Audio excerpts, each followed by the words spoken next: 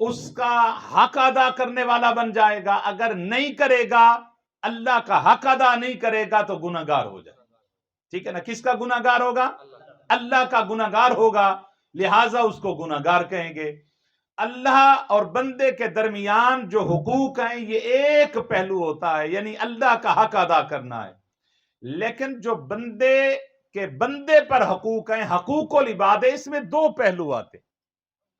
ایک پہلو ہے اللہ نے حکم دیا ہے کہ اس کا حق تم نے ادا کرنا ہے، یہ ایک پہلو آ گیا کہ اللہ کے حکم کی ہم نے اطاعت کرنی، اللہ کے حکم کی ہم نے اطاعت کرنی ہے۔ دوسرا پہلو کون سا ہے؟ دوسرا پہلو یہ ہے کہ بندے کا ہمارے اوپر جو حق مقرر ہوا ہے اس کو بھی ہم نے ادا کرنا ہے، یعنی ایک پہلو ہے اللہ کے ساتھ اور ایک پہلو ہے بندے کے ساتھ۔ ایک پہلو حقوق العباد میں ایک پہلو ہے اللہ کے ساتھ، اللہ نے حکم دیا ہے وہ ہمارے اوپر فرض ہو گیا۔ ایک پہلو ہے بندے کے ساتھ کہ اس کا ہم نے حق ادا کرنا ہے، اگر اللہ کے حق کو ہم نے ادا نہیں کیا تو ہم گناہگار ہوں گے۔ اللہ کے حق کو ادا نہیں کیا تو ہم گناہگار ہوں گے، اگر بندے کے حق کو ہم نے ادا نہیں کیا ہم گناہگار بھی ہوں گے اور مجرم بھی ہوں گے۔ ہم گناہگار بھی ہوں گے، یہ یاد رکھنے والی بات ہے، ہم گناہگار بھی ہوں گے اور مجرم بھی ہوں گے۔ ایک ہوتا ہے گناہ، ایک ہوتا ہے جرم۔ گناہ اللہ کے حق کو تلف کرنے کا نام ہے۔ اللہ کے حق کو اگر ضائع کریں گے، اللہ کے حق کو اب ادا نہیں کریں گے تو کیا ہوں گے؟ گناہگار ہوں گے۔ اگر اللہ کے بندوں کے حق کو ہم ضائع کریں گے تو ہم گناہگار بھی ہوں گے اور پھر مجرم بھی ہوں گے۔ گناہگار کیسے ہوں گے؟ کہ اللہ کا حکم تھا ہم نے اس کی اطاعت نہیں کی، اللہ کے حکم کو نہیں مانا، اس لیے کیا ہو گئے؟ گناہگار ہو گئے۔ اور بندے کا جو حق ہم نے ادا نہیں کیا، ہم بندے کے گناہگار نہیں بنتے، گناہگار بنتے ہیں اللہ کے بندے کے، ہم مجرم بن گئے۔ دو عذاب ملیں گے، ایک اللہ کی اطاعت نہ کرنے کا گناہ، اس کا جرم بھی بھگتیں گے، اس کا عذاب بھی بھگتیں گے، اور ساتھ جو ہم نے ہمارے اوپر حق تھا ادا کرنا بندے کا، وہ حق ادا نہیں کیا، اس جرم کی سزا بھی ہم بھگتیں گے۔ اگلی بات جو بڑی اہم ہے اس سے بھی، وہ یہ ہے کہ دیکھیں اگر کسی نے اللہ کی اطاعت نہیں کی، اللہ کا حق ادا نہیں کیا تو وہ گناہگار ہو گیا، اور اللہ چاہے تو معاف کرے، چاہے تو نہ کرے۔ اس سے کس سے معافی مانگنی ہے؟ اللہ سے معافی مانگنی ہے۔ لیکن اگر اس نے حقوق العباد کو تلف کیا، ضائع کیا، حق ادا نہیں کیا، وہ صرف اللہ سے معافی مانگنے سے بری نہیں ہوگا، اسے دو معافیاں مانگنی پڑے گی، ایک گناہ کی معافی مانگنی پڑے گی اللہ سے، اور دوسرا جرم کی معافی مانگنی پڑے گی بندے سے۔ اللہ اپنے حق معاف فرما دیتا ہے، لیکن بندے کے حقوق اگر کسی نے تلف کیے ہیں وہ رب معاف نہیں کرے گا جب تک اس کا بندہ معاف نہیں کرے، جب تک اس کا، میری باتیں سمجھ آ رہی ہے نا؟ جب تک اس کا بندہ معاف نہیں کرے گا اللہ وہ حق معاف نہیں کرے گا۔ مثلا آپ دیکھیں کہ استاد اور شاگرد کے آپس میں تعلقات ہیں، جو چیزیں استاد کے حق بنا، یعنی استاد کے حقوق ہیں شاگرد پر، اب استاد کے حق، استاد کے حقوق ہیں، شاگرد کا فرض ہے، شاگرد پر فرائض ہیں۔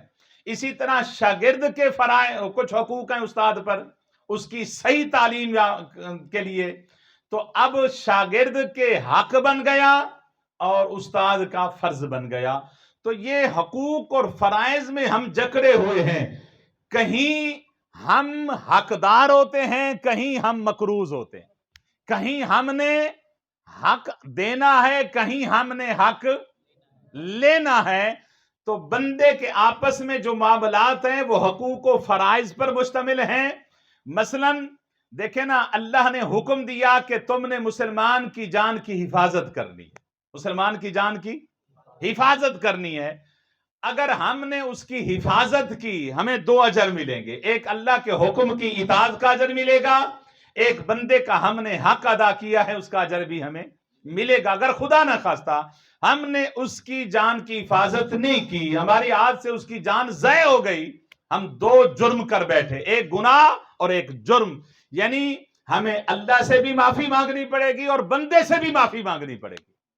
تو اسی طرح اللہ رب العزت نے ہمیں حقوق میں جکڑ دیا ہے. خاص کر جو کلمہ گو ہے, کلمہ پڑھنے والا جو ہے, وہ ہر طرح سے اللہ کے عید کردہ حقوق میں جکڑا ہوا ہے. کوئی بندہ کسی لمحے اللہ کے عید کردہ ذمہ داریاں سے آزاد نہیں ہو سکتا. وہ ہر وقت کسی نہ کسی ذمہ داری میں. آج ہم نے دیکھنا ہے ایک ذمہ داری, وہ ہے اولاد کی ہمارے اوپر. اولاد کا کیوں میں یہ مسئلہ چھیڑ رہا ہوں کہ اولاد کے حقوق کیا ہیں. بعض اوقات دیکھیں نا, ہمارے علماء کراموں نے بڑی کتابیں لکھی ہیں حقوق والدین پر. والدین کے حقوق کیا ہیں, والدین کی کیا خدمات ہیں, کیا خدمت کرنی چاہیے. لیکن دوستو گزارش یہ ہے کہ کم ہی آپ کو ملے گا کہ اولاد کے حقوق کیا ہیں. اگر بندہ صحیح مانے اولاد کے حقوق پورے کر دے نا, اولاد کے حقوق پورے کر دے, دوسرا مرحلہ آسانی سے طے ہو جائے. جو والدین کے حقوق ہیں وہ خود بخود ادا ہو جائیں گے. صحیح مانے ہم اب دیکھیں, پہلے والدین ہیں یا پہلے اولاد ہے؟ والدین کو اولاد ملے گی نا. اب والدین جو ہیں ان کو اولاد ملے گی, اور والدین حق کس سے طلب کر رہے ہیں؟ اولاد سے. کب طلب کریں گے اولاد سے حق؟ جب پیدا ہوگا بچہ یا جوان ہوگا؟ جوان ہوگا. جو بچپن اس کا گزرا اس پر ہمارے اوپر جو ذمہ داری تھی, کیا ہم نے وہ پوری کی؟ ہم نے اس کے پورے مکمل حقوق کو ادا کیا؟ اگر ہم نے اس کو مکمل طور پہ ادا کر لیا ہے, خدا کی عزت کی قسم, والدین کو اپنے حق مانگنے کی نوبت بھی نہیں آئی. والدین کو اپنے حق مانگنے کی نوبت بھی نہیں آئے گی جب تک ہم اپنے اولاد کے حقوق پورے نہیں کریں گے. اس وقت تک کبھی بھی والدین اپنی اولاد سے حق حاصل نہیں کر سکتے. یہ یاد رکھ لے میری بات, کیونکہ آج ہر بندہ پریشان ہے. اکثریت ان لوگوں کی ہے جو اپنی اولاد کی وجہ سے پریشان ہے. اکثریت ان لوگوں کی ہے, بولیں, جو اپنی اولاد کی وجہ سے پریشان ہے. کیوں پریشان ہے؟ وجہ یہی ہے کہ جو ہمارے اوپر حقوق تھے اولاد کے, وہ ہم نے پورے ادا نہیں کیے. اگر پورے ادا کر جاتے. اسی طرح اگر کوئی استاد پریشان ہے اپنے شاگردوں کی وجہ سے, وہ استاد نے صحیح طریقے سے اپنے شاگردوں کے حقوق پورے نہیں کیے ہوں گے. اگر کوئی پیر ہے اپنے مریدوں کی وجہ سے پریشان ہے, تو پیر نے اپنے حقوق پہلے صحیح نہیں کیے ہوں گے. اگر ہم صحیح مانیں اپنے حقوق مقرر جو ہوئے ہیں پورے صحیح طریقے سے ادا کر لیں, تو جب ہم حق لینے کی باری آئے گی نا ہماری, ہمیں مانگنے کی ضرورت نہیں پڑے گی. دیکھیں, ہم والدین کی بات کرتے ہیں, ہم کہتے ہیں کہ والدین ماں کے قدموں کے نیچے, بولے ہے نا, والدین کے قدموں کے نیچے جنت ہے. یہ ہم سنتے رہتے ہیں, لیکن کبھی آقا علیہ الصلوۃ والسلام کے اس فرمان پہ غور کیا؟ حضور نے فرمایا کہ من آل جاریتین حتی تبلغ جا یوم القیامت انا و ہوا کہاتین وضم اصابع. حضور نے فرمایا 2 بچیوں کو جس نے تربیت دی, پالا, پرورش کی, اسے رخصت کر دیا, حضور فرماتے ہیں قیامت کے دن وہ اس حال میں آئے گا کہ وہ مصطفیٰ کا ساتھی اسی طرح ہوگا ضم اصابع. حضور نے دونوں انگلیاں ملا دی. جنت بھی ملے گی, ساتھ مصطفیٰ کی سنگت بھی ملے گی. اگر صحیح مانے اولاد کی تربیت کر جاتے تو جنت بھی مل جاتی اور مصطفیٰ کا ساتھ بھی جنت میں ہمیں مل جاتا. لیکن ہم جب اولاد کے حقوق پورا نہیں کریں گے, اور اولاد پہ کس طرح ہم ڈیمانڈ کر سکتے ہیں کہ ہمارے حقوق مکمل کرو؟ اگر کوئی بچہ بول دے کہ بابا جان میرے بھی حقوق تھے, آپ نے میرے حق مکمل کیے ہیں, ہم بچے کو کہہ رہے ہیں کہ بیٹا میں تیرا باپ ہوں, وہ بول سکتا ہے نا کہ بابا میرے بھی حقوق ہیں, مجھے دین سکھایا. مجھے تمیز سکھائی کہ باپ کی قیمت کیا ہے، باپ کی عظمت کیا ہے. ہمیں دین پڑھاتے اور دین پڑھاتے پتہ ہوتا کہ باپ کے سامنے لہجہ اوپر نہیں کرنا. باپ کے سامنے ہم نے اپنا آواز اونچی نہیں کرنی. لیکن اب ہم نے اپنے جو ہمارے اوپر فرائض تھے وہ تو ترک کر دیے. آگے پھر خرابی ہوگی، وہ کبھی صحیح نہیں ہو سکتی.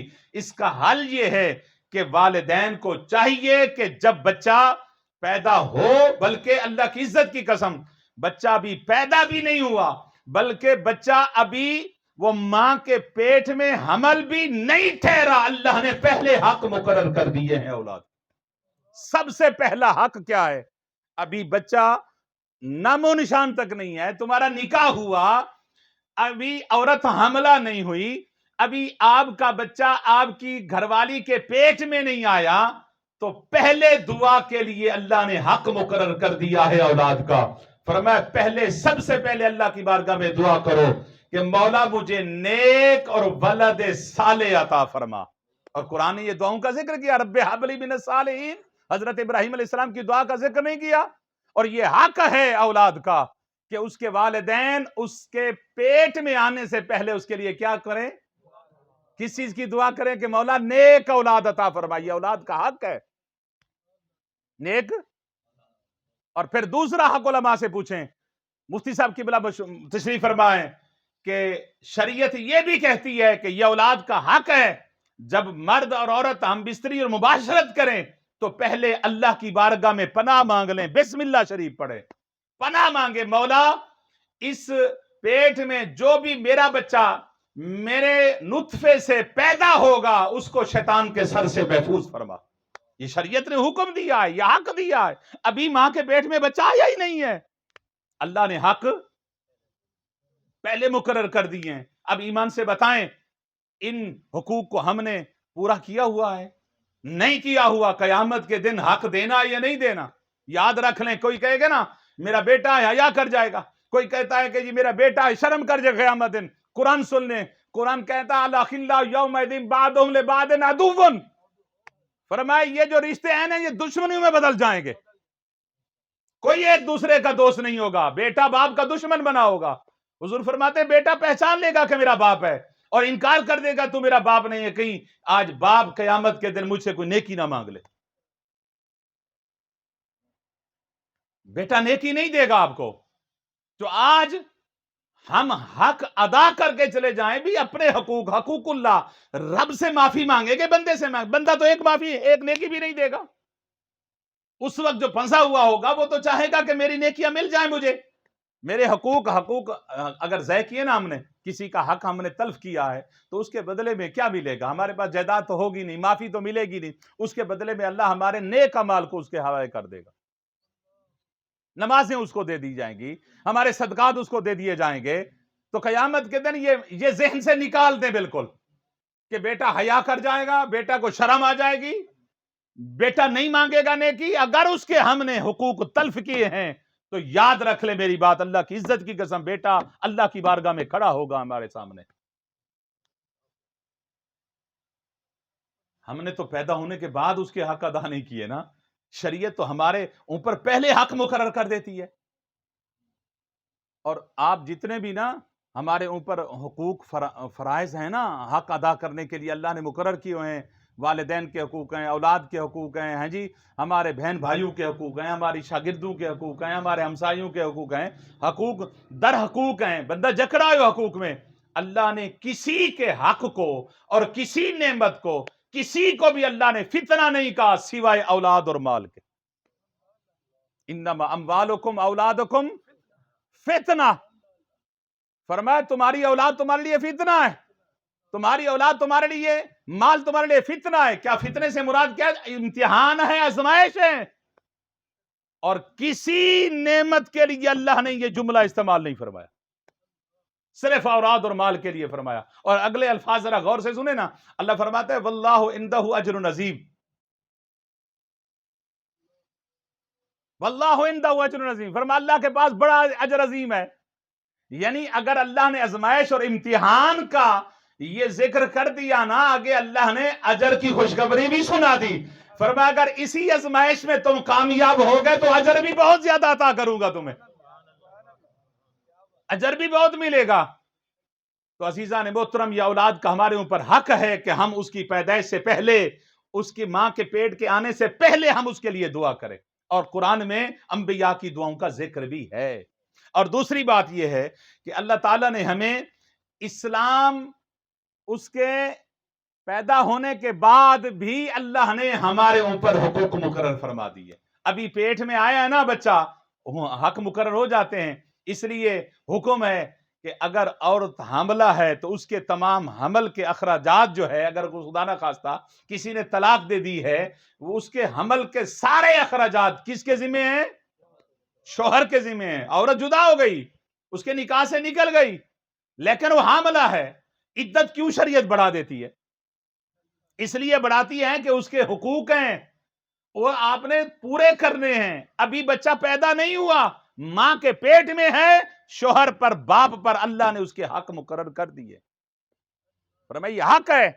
اور کبھی غور کریں، پھر شیر خارگی کا معاملہ آتا ہے، وہ بھی حق ہے۔ عورت، یاد رکھ لیں، میں بات سنانا چاہتا ہوں آپ کو، شریعت کو آپ نے سیکھنا ہے۔ عورت، آپ کی بیوی آپ کے بیٹے کو دودھ پلانے کی پابند نہیں ہے، شرعی طور پر پابند، بولیں، شرعی طور پر پابند نہیں ہے۔ ویسے علماء نے لکھا ہے کہ اگر مرد، اس کی استطاعت نہیں ہے کسی دائی کے پاس بھیجنے کی یا دودھ پلانے کی، اگر استطاعت نہیں ہے تو پھر شریعت اس عورت کو پابند کرتی ہے کہ وہ اپنے بچے کو لازمی دودھ پلائے، ورنہ اگر صاحب حیثیت ہے مرد، شرعی طور پر اس کی بیوی اس کے بچے کو دودھ پلانے کی پابند نہیں ہے، پابند نہیں ہے۔ لیکن اس کے باوجود ایک رب کا احسان ہے کہ رب نے ماں کے اندر ایک ممتا رکھ دی ہے، وہ صرف اس لیے نہیں کہ وہ آپ کے ڈر سے یا آپ کا بیٹا پلا رہی ہے، وہ اس کو سعادت سمجھتی ہے اور وہ خوشی محسوس کرتی ہے۔ دودھ پلا کے جو کمزوری آتی ہے نا، اسی کمزوری پہ بھی وہ اللہ کا شکر ادا کرتی ہے، اسی کمزوری پہ بھی وہ اللہ کا شکر ادا کرتی ہے کہ باری تعالیٰ مجھ سے یہ سعادت لے لی کہ میں نے اپنے بچے کو دودھ پلا دیا، وہ خوشی محسوس کرتی ہے۔ اولاد کے حقوق ہیں ہمارے اوپر، بچہ چھوٹا ہے اس پر حق ہے۔ علماء نے اور حکیموں نے تو بہت سارے چیزیں بہت بیان فرمائی ہیں کہ بچہ پیدا ہو جائے نا، بچہ پیدا ہونے کے بعد آپ اس کو روزانہ طور پہ اس کو جو ہے نا غسل دیں اور اس کو پاک اور صاف ستھرا رکھیں، یہ اولاد کا حق ہے۔ اگر کوئی ماں باپ نہیں کر رہا، وہ حق تلفی کر رہا ہے اس کی۔ گندی جگہ پہ نہ سلائیں، پلیت جگہ پہ نہ سلائیں، زیادہ تر اسے غلاظت میں نہ رکھیں، یہ اولاد کا حق، یہ اولاد کا حق ہے جو اس نے قیامت کے دن لینا ہے۔ حکیم کہتے ہیں کہ اس کو چوسنی نہ دے، ڈاکٹر کہتے ہیں اس کو چوسنی کا عادی نہ بنائیں، یہ حق ہے اولاد کا۔ زیادہ اولاد چوسنی دیں گے وہ بیماریاں پیدا ہوں گی۔ ہم اسے چپ کرانے کے لیے، بلکہ یہاں تک شریعت کہتی ہے کہ اسے رونے نہ دے زیادہ۔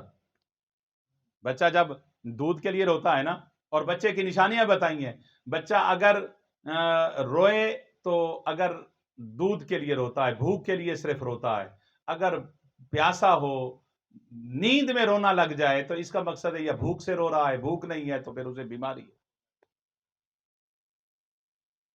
بچے کو دودھ پلانا ہے، رونے نہیں دینا۔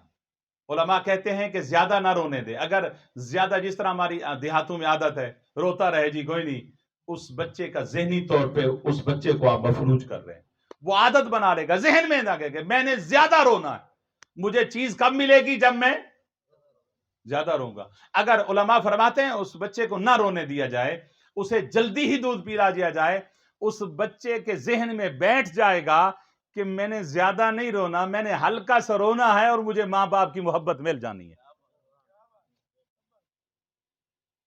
یہ حق ہے اولاد کا۔ زیادہ جھگڑالو بن جائے گا، زیادہ ضدی بن جائے گا اگر اس کو زیادہ رونے دے گے۔ بہرحال میں آگے چلتا ہوں، بچے کا حق ہے ہمارے اوپر کہ اس کو نا آپ 7ویں دن اس کا ختنہ بھی کرائیں اور اس کا عقیقہ بھی کریں، اس کا نام بھی رکھیں۔ یہ کس کا حق ہے؟ بچے کا حق ہے ہم سے لینے کا۔ اور یہ عقیقہ، یہ ختنہ جو ہے نا، ختنہ حضرت سیدنا ابراہیم علیہ السلام کی سنت ہے۔ حضرت ابراہیم علیہ السلام کو 80 سال میں اللہ تعالیٰ نے حکم دیا کہ آپ ختنہ کریں، اور حضرت ابراہیم علیہ السلام نے خود اپنا ختنہ فرمایا۔ حضرت اسماعیل علیہ السلام کو 13 سال کی عمر میں آپ کا ختنہ کیا گیا۔ حضرت اسحاق علیہ السلام کا 7ویں دن ختنہ کیا گیا۔ اس لیے یہ سنت حضرت ابراہیم علیہ السلام کی اولاد بنی اسرائیل سے بھی چلی اور بنی اسماعیل سے بھی چلی۔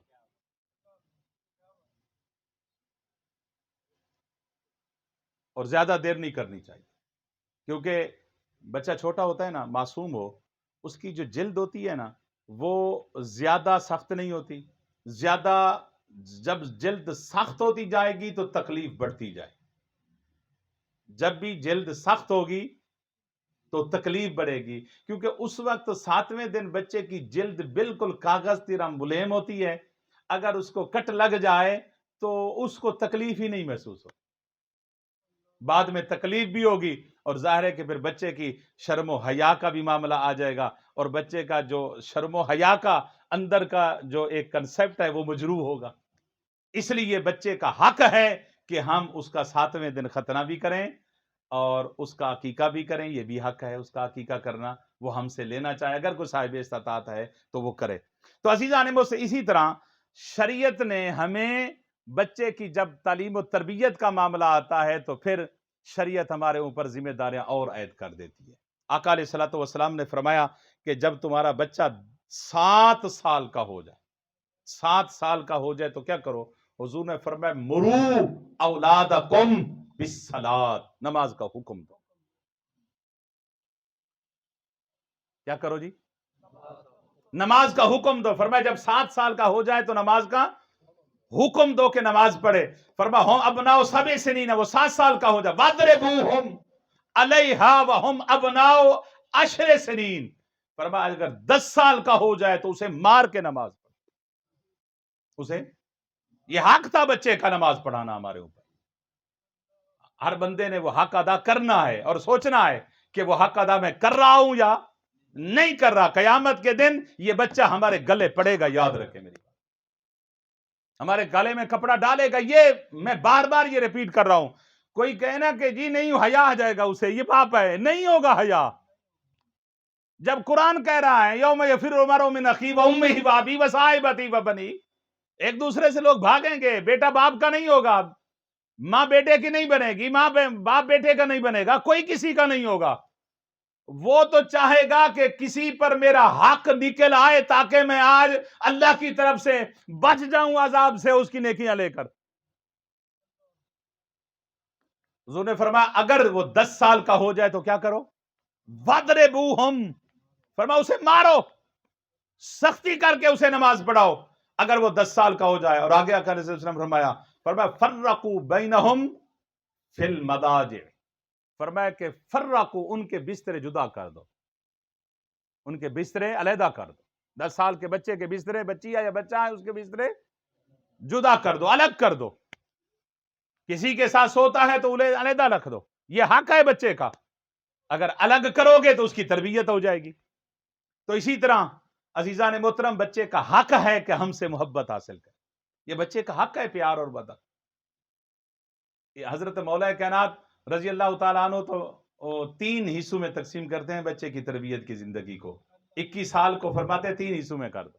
پہلے 7 سال بچے کو بادشاہ بنا لو، آپ نوکر اور غلام بن دو۔ پہلے 7 سال کیا کرو جی؟ خود نوکر بن جاؤ، غلام بن جاؤ، اس کو بادشاہ بناؤ، جو حکم کرے مانو۔ اور دوسرے 7 سال جو ہیں درمیان والے، یعنی 14 سال تک، پھر اس کے الٹ کر دو، خود بادشاہ بن جاؤ، اسے نوکر بنا، اس کو اطاعت کراؤ۔ فرمایا پھر اگلے 7 سال 21 سال تک، 14 سال سے 21 سال تک اسے اپنا مشیر اور وزیر بنا، مشیر اور وزیر بنا لو، ہر کام میں اسے مشورہ کرو، ہر کام میں اسے عزت دو۔ جب آپ اسے عزت دیں گے اس کی تربیت ہو جائے گی کہ عزت وہ آگے پھر بانٹنا شروع کر دے، عزت بانٹنا شروع کر دے گا، اور عزت جب بانٹنا شروع ہو جائے گا آپ کی تربیت کا اظہار ہو جائے گا۔ یہ مشہور مقولہ ہے، بلکہ کسی کا قول بھی ہے کہ اگر تم والدین کی تربیت دیکھنا چاہتے تو بچے کے عادات و خسرات کو دیکھو۔ اسلامی تربیت ہوئی ہے یا غیر اسلامی تربیت ہوئی ہے، بچے کے کردار کو دیکھ لو، بچے کے اخلاق کو دیکھ لو، آپ کو سمجھ آ سکتا ہے کہ اس کے گھر والوں کا کردار اسلامی ہے یا غیر اسلامی۔ آقا علیہ الصلوۃ والسلام نے فرمایا، حضرت انس بن مالک فرماتے ہیں اکرموا اولادکم واحسنوا ادبہم۔ حضرت انس بن مالک فرماتے ہیں آقا علیہ الصلوۃ والسلام نے فرمایا کہ اپنی اولاد کی عزت کرو، اپنی اولاد کی، بولنے تو صحیح، عزت کرو۔ جی اولاد کی کہیں عزت، اولاد کو عزت دو گے تو تب عزت کے حقدار بنو گے۔ پہلے حق اولاد کا آتا ہے کیونکہ وہ چھوٹے ہیں، انہوں نے بڑے ہونا ہے، ان سے آپ نے امیدیں لگا رکھی ہیں کہ ہماری عزت بھی ہوگی، ہمارے حق بھی ادا کریں گے، حقوق بھی ہمارے تلف نہیں ہوں گے۔ تو اس سے پہلے کہ وہ آپ کے حق ضائع کریں تو پہلے ان کو حق ان تک پہنچا دو۔ اللہ کا حکم بھی ہے، ان اللہ یامرکم ان تؤدوا الامانات الی اہلھا۔ اللہ فرماتے ہیں جس کا حق ہے میں حکم دیتا ہوں اس کا حق اس کے در پہ جا کے پہنچا دو، اس کی امانت اسے پہنچا دو، اس کا حق اس تک پہنچا دو۔ اس مسلمان وہ ہوتا ہے اس سے حق مانگا نہیں جاتا، وہ مانگے بغیر حق دے دیتا، مانگے بغیر حق دے۔ یہ مسلمان کی خصلت، یہ مسلمان کی صفت ہے، یہ مسلمان کی عادت ہے کہ مسلمان سے کوئی اپنا حق طلب نہیں کرتا، بلکہ مسلمان خود بخود حقوق اپنے ادا کرتا ہے۔ آقا علیہ الصلوۃ، حضرت ابو ہریرہ رضی اللہ تعالی عنہ فرماتے ہیں کہ آقا علیہ الصلوۃ تشریف فرما تھے تو حسن بن علی رضی اللہ تعالی عنہما آپ اپنے نواسے کو حضور نے بوسہ دیا۔ اقرا بن حابس بیٹھا تھا، اس نے کہا حضور یہ کیا کیا آپ نے، بوسہ دے دیا کہ میرے 10 بیٹے ہیں میں نے آج تک کسی کو نہیں چوما۔ حضور نے فرمایا من لا یرحم لا یرحم، فرمایا جو رحم نہیں کرتا اس پہ رحم بھی نہیں ہوتا۔ حضور نے فرمایا اللہ نے اگر تجھے محبت نہیں دی تو میں کیا کر سکتا، اللہ نے تجھے اس محبت سے محروم کیا ہے تو میں کیا کر سکتا ہوں۔ اگر آپ کو اولاد کو عزت دینا شروع کر دیں گے، اولاد کو ادب سکھانا شروع کر دیں گے، اب اولاد کے سامنے سچ بولنا شروع کر دیں گے، بڑے ہو کے آپ بے فکر رہیں، اللہ کی عزت کی قسم آپ کا بیٹا بڑے ہو کے کبھی جھوٹ نہیں بولے گا۔ لیکن ہماری حالت کیا ہے کہ ہم جو ہیں اپنے گھر کے اندر ان کے سامنے جھوٹ بول رہے ہوتے۔ ایک صحابی حضور کی بارگاہ میں، عدل و انصاف کرنا بھی اولاد کا حق ہے، عدل و انصاف برابر کے ساتھ بچوں کو رکھنا بھی یہ بھی اولاد کا حق ہے۔ ایک صحابی حضور کی بارگاہ میں آیا، عرض کرتا ہے کہ آقا میں نے اپنے بیٹے کو غلام دیا ہے، ایک بیٹے کو۔ فرمایا کتنے بیٹے ہیں حضور؟ اور بھی بیٹے ہیں۔ فرمایا ان کو بھی دیا ہے حضور؟ نہیں دیا۔ فرمایا نہیں دیا تو اس سے واپس لے لیا، سب کو دے، یا اسے واپس لے لے یا سب کو دے۔ عدل و انصاف قائم رکھنا اولاد کے درمیان یہ بھی اولاد کا بولیں حق ہے اور والدین پر فرض ہے، یہ یاد رکھیں۔ والدین بن کے کوئی فرائض سے مبرہ نہیں ہو جاتا بندہ، پہلے حقوق والدین پر فرض ہوتے ہیں، بعد میں جا کر وہ حقوق کے مستحق ہوتے ہیں۔ پہلے ان پہ حقوق فرض ہیں، پہلے وہ فرائض میں آتے ہیں، بعد میں حقائق میں آتے ہیں۔ حقوق ان کے بعد میں جو ہیں وہ ان کے حقدار بنیں گے، پہلے تو وہ فرائض ہیں نا وہ ادا کرنے پڑیں گے۔ جب تک اولاد کے حقوق ہم ادا نہیں کریں گے، یقین کر لیں کبھی بھی اس اولاد سے امید نہ رکھیں کہ یہ ہمارے حقوق مکمل کریں گے۔ اور پھر اولاد کے لیے خرچ کرنا اللہ کا حکم بھی ہے، اور حضور فرماتے ہیں جو اولاد پر اپنی استطاعت کے مطابق خرچ کرتے ہو اللہ اس کو صدقے کا ثواب بھی عطا فرما دے گا، صدقے کا ثواب بھی ملتا ہے۔ فرمایا جو اولاد پہ خرچ کرتے ہو یہ صدقہ بھی ہے۔ دیکھیں آپ صدقہ باہر کرتے ہیں اور اولاد پر نہیں کرتے تو یہ کوئی صدقہ نہیں۔ اسلام روکتا ہے کہ سارا مال اللہ کے نام پہ دے دینا، اولاد کے بھوکی بیٹھی رہے، اسلام اس سے منع کرتا ہے۔ اسلام کہتا ہے نہیں، اپنی اولاد کو اتنا تو دو کسی کے سامنے وہ ہاتھ نہ پھیلا سکے، کسی کے سامنے وہ بھیک نہ مانگ سکے۔ تو اس لیے عزیزان محترم ہمارے اوپر فرائض ہیں ڈھیر سارے اولاد کے۔ تو آج ہر یہ نوجوان بیٹھے ہیں، ان پر جو ہیں جو غیر شادی شدہ ہیں، بغیر اولاد کے ہیں، ان پر حقوق ہیں والدین کے حق ادا کرنے ہیں، اور جو والدین ہیں ان پر حق ہے اولاد کا جو انہوں نے ادا کرنا ہے۔ اور پھر اولاد کے لیے دعا بھی مانگے، اولاد کے لیے ہر وقت جس طرح اولاد کے لیے ضروری ہے نا اولاد پر کہ والدین کے حق میں دعا مانگے، اسی طرح والدین پر بھی لازم حق ہے اولاد کا ان کے لیے دعا مانگی، ہر وقت اس کے لیے دعا مانگتے رہیں۔ اور دیکھیں قرآن پاک میں اللہ تعالیٰ نے حضرت ابراہیم علیہ السلام کی دعا کا بھی ذکر، رب جعلنی مقیم الصلاۃ ومن ذریتی، مولا مجھے بھی نمازی بنا اور میری اولاد کو بھی نماز قائم کرنے کی توفیق عطا فرما۔ تو عزیزان محترم، ہم مسلمان ہیں، ہم نے کلمہ پڑھا ہوا، اور فہم شریعت کورس کا مقصد بھی یہی ہے کہ تاکہ ہم اس معاشرے میں ایسی زندگی بسر کریں کہ کل قیامت والے دن ہمارے اوپر کسی کا کوئی حق نہ ہو۔ اگر قیامت کے دن حقوق العباد میں پکڑے گئے تو پھر یہ بہت بڑا اہم اور بڑا مشکل مرحلہ، وہاں پھر ہمارے اعمال دیے جائیں گے قیامت کے دن، کیونکہ معافی تلافی تو کوئی دے گا نہیں، تو قیامت کے دن کیا ہوگا، ہمارے نیک اعمال انہیں دیے جائیں گے جو حقدار ہوگا۔ اللہ کی بارگاہ میں دعا ہے کہ اللہ رب العزت ہمیں صحیح معنی جو اولاد کے حقوق ہیں ادا کرنے کی توفیق عطا فرمائے۔